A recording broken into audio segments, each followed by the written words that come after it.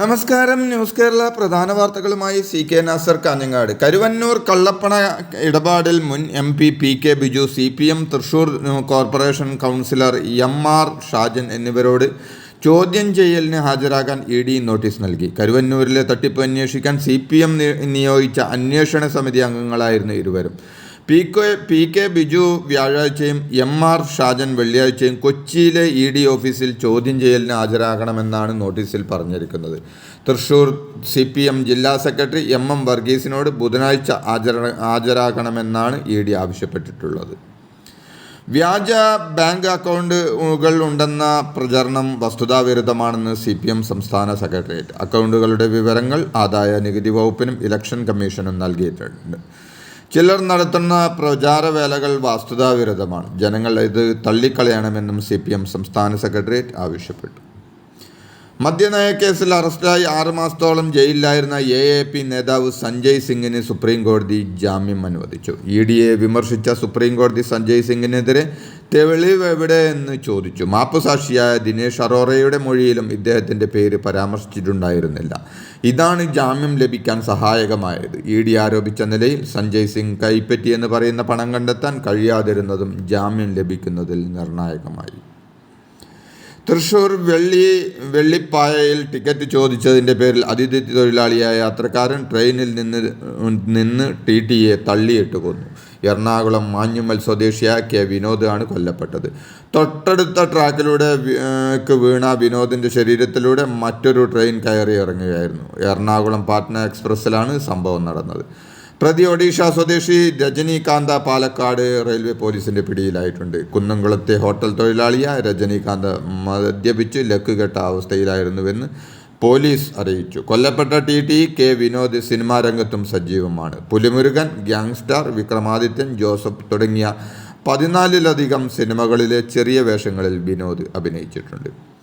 മുഖ്യമന്ത്രി പിണറായി വിജയൻ വാ തുറക്കുന്നത് രാഹുൽ ഗാന്ധിയെ അധിക്ഷേപിക്കാനാണെന്നും നരേന്ദ്രമോദിയെ പേരെടുത്ത് വിമർശിക്കുന്നത് നിങ്ങൾ എവിടെയെങ്കിലും കേട്ടോ എന്നും RSP സംസ്ഥാന സെക്രട്ടറി ഷിബു ബേബി ജോൺ. പൗരത്വ നിയമത്തിൽ UDF MPമാർ പ്രതികരിച്ചില്ലെന്നതിന് പുറമെ രാഹുൽ ഗാന്ധി മണിപ്പൂർ സന്ദർശിച്ചില്ലെന്ന തരത്തിലുള്ള നട്ടാൽ കുരുക്കാത്ത നുണകളാണ് മുഖ്യമന്ത്രി പറയുന്നതെന്നും ഷിബു ബേബി ജോൺ പറഞ്ഞു. കോട്ടയം കളത്തിപ്പടി അപകടവുമായി ബന്ധപ്പെട്ട് KSRTC ഡ്രൈവർ V ബ്രിജേഷിനെ പിരിച്ചുവിട്ടു. തിരുവല്ല ഡിപ്പോയിൽ നിന്ന് മധുരയിലേക്ക് പോകുന്ന സൂപ്പർഫാസ്റ്റ് ബസ്സിടിച്ച് ഇരുചക്ര വാഹന യാത്രികൻ മരിച്ച സംഭവത്തിൽ ഡ്രൈവറുടെ അമിത വേഗതയും അശ്രദ്ധയായ ഡ്രൈവിംഗും കാരണമാണ് അപകടമുണ്ടായതെന്ന് അന്വേഷണത്തിൽ കണ്ടെത്തിയതിനെ തുടർന്നാണ് നടപടി. മസാല ബോണ്ട് ഇടപാടുമായി ബന്ധപ്പെട്ട് മുൻ ധനമന്ത്രി തോമസ് ഐസക്കിനെ ന്യായീകരിച്ച് കിഫ്ബി CEO. മസാല ബോണ്ട് ഇറക്കിയതിൻ്റെയും ഫണ്ട് വിനിയോഗത്തിൻ്റെയും പ്രധാന ഉത്തരവാദിത്തം തോമസ് ഐസക്കിനാണെന്ന ED വാദം തെറ്റാണെന്ന് കിഫ്ബി CEO ഹൈക്കോടതിയെ അറിയിച്ചു.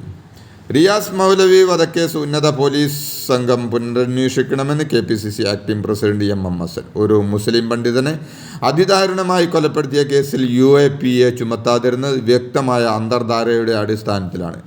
അത് സർക്കാരിൻ്റെ നയമല്ലെന്നുമാണ് മുഖ്യമന്ത്രി പ്രതികരിച്ചത്. അതേസമയം മുഖ്യമന്ത്രിയാണ് മാവോയിസ്റ്റ് സാഹിത്യം വായിച്ചതെന്ന പേരിൽ അലൻ്റെയും തായയുടെയും ജീവിതം UAPA ചുമത്തി ജയിലിലടച്ച് തകർത്തതെന്നും അദ്ദേഹം കൂട്ടിച്ചേർത്തു. ആലപ്പുഴയിലെ NDA സ്ഥാനാർത്ഥി ശോഭാ സുരേന്ദ്രനെതിരെ ക്രിമിനൽ മാനനഷ്ട കേസ് ഫയൽ ചെയ്ത് കോൺഗ്രസ് സ്ഥാനാർത്ഥി KC വേണുഗോപാൽ.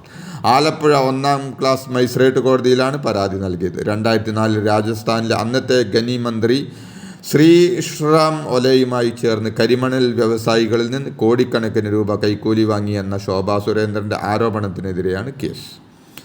ഡ്രൈവർമാർക്ക് മുന്നറിയിപ്പുമായി മോട്ടോർ വാഹന വകുപ്പ്. ഉറക്കം, അമിതക്ഷീണം, നിർജ്ജലീകരണം, പുറംവേദന, കണ്ണിന് കൂടുതൽ ആയാസം സൃഷ്ടിക്കുന്ന എന്നിവയെല്ലാം സുരക്ഷിതമായ യാത്രയെ ബാധിക്കുമെന്ന് MVD അറിയിച്ചു. രാത്രികാല ഉറക്കത്തേക്കാൾ അപകടകരമാണ് പകൽ സമയത്തെ മയക്കമെന്നും MVD വ്യക്തമാക്കി.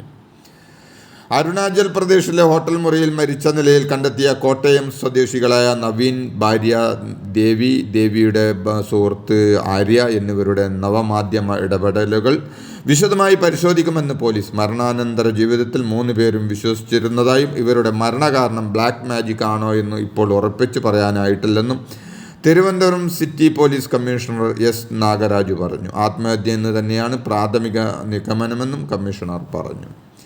തെരഞ്ഞെടുപ്പ് പെരുമാറ്റച്ചട്ടം ലംഘിച്ചെന്ന UDFന്റെ പരാതിയിൽ മന്ത്രി മുഹമ്മദ് റിയാസിനോട് തെരഞ്ഞെടുപ്പ് ചുമതലയുള്ള ജില്ലാ കളക്ടർ വിശദീകരണം തേടി. എന്നാൽ നേരത്തെ പ്രഖ്യാപിച്ച കാര്യമാണ് പറഞ്ഞതെന്നും ചെയ്ത കാര്യം പറയുന്നതിൽ കുതിര കയറിയിട്ട് കാര്യമില്ലെന്നും ഇനിയും ഇക്കാര്യങ്ങൾ പറയുമെന്നും അദ്ദേഹം പറഞ്ഞു. ഇന്നലെ കോഴിക്കോട് നളന്ദ ഓഡിറ്റോറിയത്തിൽ LDF നടത്തിയ തെരഞ്ഞെടുപ്പ് പരിപാടിക്കിടെ കോഴിക്കോട് അന്താരാഷ്ട്ര നിലവാരത്തിലുള്ള സ്റ്റേഡിയം നിർമ്മിക്കാൻ തീരുമാനിച്ചിട്ടുണ്ടെന്നായിരുന്നു പ്രസംഗത്തിൽ മന്ത്രി റിയാസ് പറഞ്ഞത്. വിസ്താരയുടെ ദില്ലി കൊച്ചി വിമാന സർവീസ് ഉൾപ്പെടെ കഴിഞ്ഞ ഒരാഴ്ച കമ്പനി ആഭ്യന്തര സർവീസുകൾ റദ്ദാക്കിയതിനെ തുടർന്ന് വ്യോമയാന മന്ത്രി ജ്യോതിരാദിത്യ സിന്ധ്യയുടെ നിർദ്ദേശപ്രകാരം DGCA വിശദീകരണം തേടി. പൈലറ്റുമാരുടെ അഭാവമാണ് സർവീസുകൾ റദ്ദാക്കാൻ കാരണമെന്നാണ് കമ്പനി പറയുന്നത്. എറണാകുളം കോതമംഗലത്ത് കനത്ത മഴയെ തുടർന്നുണ്ടായ മിന്നലിൽ യുവാവിന് ദാരുണാന്ത്യം. ഇന്നലെ വൈകിട്ട് വാടാട്ടുപാറ പുഴയോരത്തെ മരച്ചുവട്ടിൽ നിൽക്കുമ്പോഴാണ് ബേസിൽ എന്ന യുവാവ് മിന്നലേറ്റത്. ഉടനെ സമീപത്തുണ്ടായിരുന്നവർ ബേസിലിനെ കോതമംഗലത്തെ സ്വകാര്യ ആശുപത്രിയിൽ എത്തിച്ചെങ്കിലും മരണം സംഭവിക്കുകയായിരുന്നു. ഇതോടെ ഇന്നത്തെ പ്രധാന വാർത്തകൾ സമാപിക്കുന്നു. നന്ദി, നമസ്കാരം. നല്ല കുടിവെള്ളം, നല്ല ആരോഗ്യം, നല്ല ജീവിതം. കാഞ്ഞങ്ങാട് മാണിക്കോത്ത് ഗ്രീൻ ഷോപ്പിയിൽ നല്ല കുടിവെള്ളം സമ്മാന പദ്ധതി വീണ്ടും ആരംഭിച്ചിരിക്കുന്നു.